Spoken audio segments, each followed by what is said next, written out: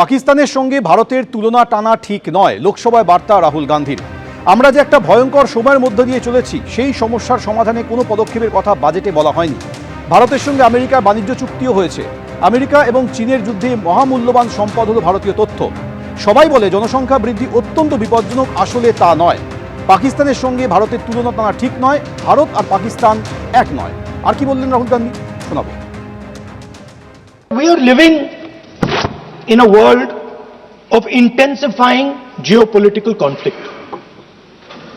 मतलब जो पुराना सिस्टम था, यूएस बेस्ड सिस्टम था, डॉलर बेस्ड सिस्टम था, यूनिपोलर जो सुपर पावर था, उस सिस्टम को चैलेंज किया जा रहा है। The dominance of the United states is being challenged by the Chinese, by the Russians, by other forces. Prime Minister stated and NSA stated, shockingly, some time back, that the era of war is over. In fact, we are moving into the era of war. We had Operation Sindoor, so we are moving into a world of instability. The dollar is being challenged.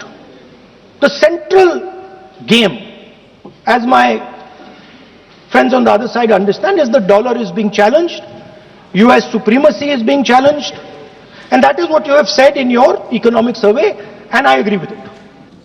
নির্বাচনের আগে রাজনৈতিক মঞ্চ থেকে দেদার প্রবচন কানে আসছে, কিন্তু সেই সব প্রবচন স্ক্যান করে আদতে কি সারমর্ম উদ্ধার করেছে জেন জি? বোঝালেই তারা বুঝছেন নাকি অন্য কিছু ভাবছেন? চলুন আজ দমদম বিধানসভা কেন্দ্র ঘুরতে ঘুরতে দেখি জেন জি বলছে কি। আসুন আমার সাথে। আমি 10-এ 10 দেবো, কারণ এখানে উন্নয়ন খুবই ভালো। পুরো জিরো। অবনতির দিক থেকে তো 10-এ 10 নিশ্চিত, 10-এ 100 দেওয়া যেতে পারে। আপাতত 10-এ 10ই দেবো। লেবারেটি বেশি আছে, সেভাবে ইনকাম নেই, বেকারত্ব বেড়ে চলেছে, তো বেড়েই চলেছে। শিক্ষা তো এখন প্রায় সোনার পাথরবাটিতে পরিণত হয়েছে এই রাজ্যের তৃণমূল সরকারের আমলে। পশ্চিমবঙ্গের বর্তমান সরকার নতুন জেনারেশনকে এগিয়ে নিয়ে যাওয়ার চেষ্টা করছে।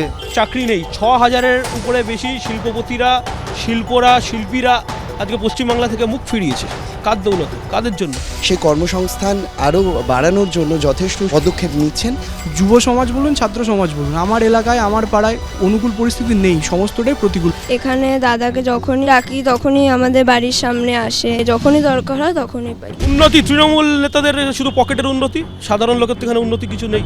আমরা এতক্ষণ দমদম বিধানসভা কেন্দ্রের বিভিন্ন অঞ্চলে ঘুরে ঘুরে একদম নতুন মানুষ যারা এই যুগ, এই জেনারেশন অর্থাৎ জেন জি, তাদের নানান রকম মতামত শুনলাম তারা কি ভাবছে আগামী দিন সম্পর্কে, কর্মসংস্থান সম্পর্কে। আমাদের তো অবশ্যই চোখ থাকবে আগামী বিধানসভা ভোটের দিকে, আর আপনাদের কিন্তু চোখ রাখতে হবে এবিপি আনন্দে, কারণ এখানে কিন্তু আপনারা দেখতে পাবেন জেন জি ভাবছে কি। আজকে খানিকটা বোঝা গেল জেন জি ভাবছে কি, কিন্তু আরও অনেক বিধানসভা কেন্দ্র ঘুরতে হবে এবং নতুন ভোটারদের, নতুন মানুষদের, আগামী প্রজন্মের মতবাদটা আমাদের জানতে হবে, তাদের ভাবনা চিন্তা সম্পর্কে ওয়াকিবহাল হতে হবে, কারণ জানতে হবে, বুঝতে হবে যে তারাই কিন্তু আমাদের ভবিষ্যৎ। তাহলে আপনাদের চোখ থাকুক এবিপি আনন্দে এবং দেখতে থাকুন জেন জি ভাবছে কি। কোনো প্ল্যানিং নেই, কিচ্ছু নেই। এখনো ওলা ড্রেন দেখতে পাবেন, মাছি উঠছে। এই তো উন্নয়ন। ন্যাশনাল প্রজেক্ট ওদের টাকা আছে, বাংলার জন্য আলাদা করে কোনো টাকা নেই। সবার সেটিং আছে, টিএমসি বিজেপিও দুজনে মিলে যেটা ঠিক করবে সেটাই। নমস্কার, নির্বাচনের আগে দমদম বিধানসভা কেন্দ্র ঘুরে দেখতে এসেছি। আমিও ঘুরবো, আপনাদেরও ঘোরাবো, আর বোঝার চেষ্টা করব ভোটের হাওয়া ঠিক কোন দিকে ঘুরছে।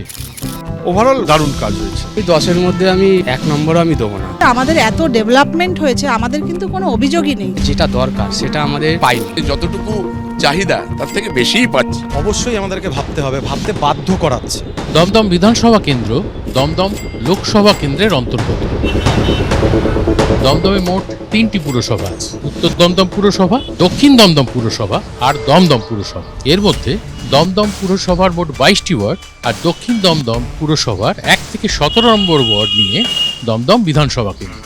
গলিতে গলিতে ফ্ল্যাট হয়ে যাচ্ছে। আগে যে রাস্তা ছিল সেই পথে অনুযায়ী কিন্তু এখন এটা রাজপথ। রাস্তাঘাটে তো প্রচুর ক্লেম আছে। রাস্তা কোনো খানাখন্দ নেই, প্রচুর খারাপ অবস্থা। অল্প বৃষ্টিতে গোটা দক্ষিণ দমদম পৌরসভা অঞ্চল জুড়ে জলের তলায় চলে যায়। বৃষ্টির উইদিন 10 মিনিটসের মধ্যে জলটা কিন্তু পুরোপুরি নেমে যায়, হাঁটু পর্যন্ত জল থাকেই। কিনা একটা বড় সড়ো অ্যাক্সিডেন্টও হয়েছে। খুব একটা যে ভালো পরিস্থিতি ওরকম নয়। এখানে পরিষ্কার পরিচ্ছন্ন নিয়মিত করা হয় না। নিকাশি ক্ষেত্রে তো এখনো জল জমে না এখানে। বর্ষাকালে আগে বন্যা হতো। গোটা সিস্টেমটা দাঁড়িয়ে আছে দুর্নীতির ওপরে, গোটা দলটা দাঁড়িয়ে আছে দুর্নীতির ওপরে। তা দু একটা জায়গায় খারাপ আছে, কোনো সন্দেহ নেই, কিন্তু তার টাকা এসে গেছে, পথশ্রী কাজ শুরু হয়ে গেছে। আমরা বহুবার অভিযোগ জানিয়েছি, কাউন্সিলর থেকে শুরু করে বিধায়ক, এমপি সবাইকে জানানো হয়েছে। বিগত 15 বছর ধরে সেই কোনো সুরাহা আমরা আজ পর্যন্ত পাইনি। প্রাপ্তবাবু শিক্ষামন্ত্রী তো, ওনার এই কনস্টিটুয়েন্সির মধ্যে এরকম অজস্র উদাহরণ আছে, প্রায় দুর্নীতির চূড়াতে বসে আছেন উনি। দুর্নীতি একটা রাজনৈতিক শব্দ। বিজেপিতে থাকলে যতক্ষণ বিরোধী দলে আছে সে দুর্নীতিগ্রস্ত। যে মুহূর্তে জামা পাল্টে বা জার্সি পাল্টে সে বিজেপিতে চলে যাচ্ছে, সে মুহূর্তে সাধু হয়ে যাচ্ছে। দলটা করেছে পয়সা তুলতে, ফ্ল্যাট করতে গিয়ে টাকা, পুরো নিয়োগ দুর্নীতিতে টাকা। এবারে ওরা তো টিকে আছে টিএমসি বিজেপি বাইনারির মধ্যে দিয়ে, এই বাইনারিটার অবসান হতে চলছে 26 সালের ভোটের মধ্যে দিয়ে।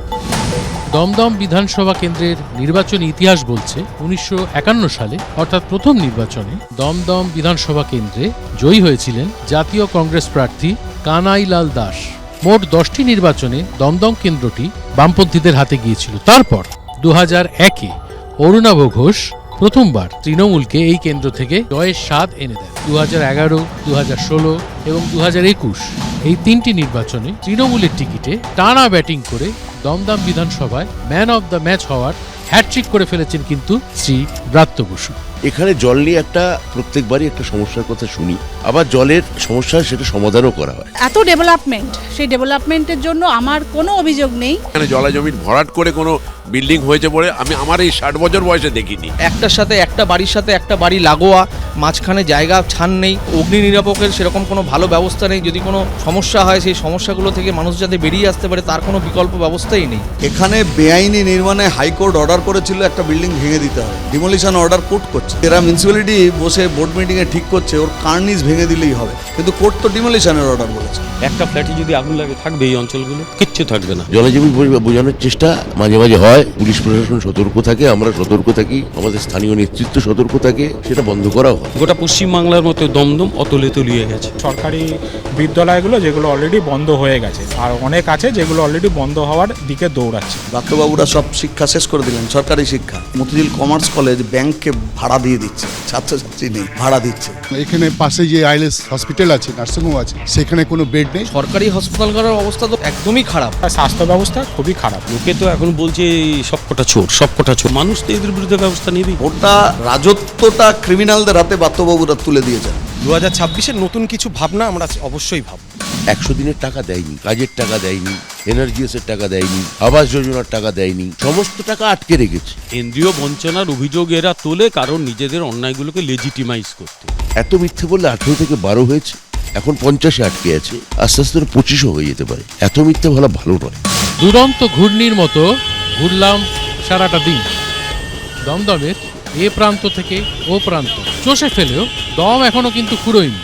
তবে সময় তো ফুরিয়ে গেছে, আজ এখানেই আমার সফর শেষ করতে হচ্ছে। আপনারা দেখতে থাকুন তারকার চোখে তারকা কেন্দ্র, চোখ রাখুন শুধুমাত্র এবিপি আনন্দ। এবিপি আনন্দ, এগিয়ে থাকে, এগিয়ে রাখে।